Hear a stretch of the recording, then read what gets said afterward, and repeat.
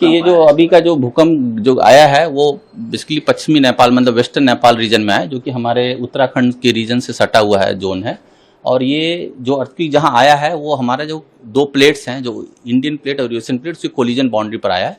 और अगर पास्ट में भी अर्थक्वेक देखें तो यहाँ पर नवंबर में भी अर्थक्वेक आ चुके हैं, अभी रिसेंट में जनवरी में भी आए हैं, दैट इज 6.3 मैग्नीट्यूड का अर्थक्वेक था, ठीक है, जो कि दिल्ली में भी फेल्ट हुआ।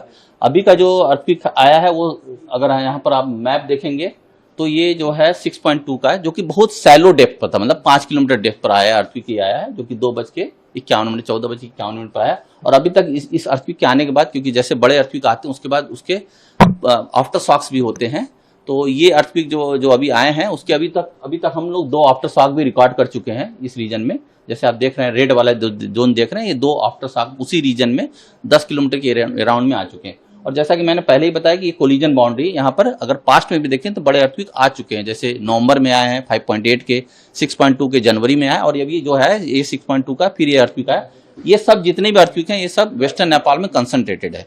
और एक कोलिजन बाउंड्री जहाँ स्ट्रेस बिल्डअप होता है और एनर्जी जब स्ट्रेस बिल्डअप होता है तो अगर उसकी जो रॉक की कैपेसिटी होती है उसकी बियॉन्ड जाती है तो वो ब्रेक होता है, और ब्रेक होने पर अर्थक्वेक आते हैं। तो जैसे हिमालयन कोलिजन बाउंड्री अर्थक्वेक आते रहते हैं। अगर ये अर्थक्वेक देखा जाए तो कहाँ फेल्ट हुआ, अगर इसकी इंटेंसिटी की बात की जाए कि इसकी इंटेंसिटी कितनी थी, तो अगर यहाँ पर देखें तो इस अर्थक्वेक की इंटेंसिटी अगर देखा जाए तो 6 था, जो कि हम लोग ने इमीडिएटली अर्थक्वेक जैसे डिसमिनेट किया उसका 6। और दिल्ली में अगर आप देखें तो ये स्लाइटली फेल्ट था, मतलब 3 की मैग्नीट्यूड थी दिल्ली रीजन को जो कवर करता है। और उसी दौरान अगर देखा जाए तो पब्लिक से बहुत रिस्पांस आया। देखिए अब तक हमारे पास 1 घंटे बीत चुके हैं, अर्थक्वेक के 70 रिस्पांस आ चुके हैं।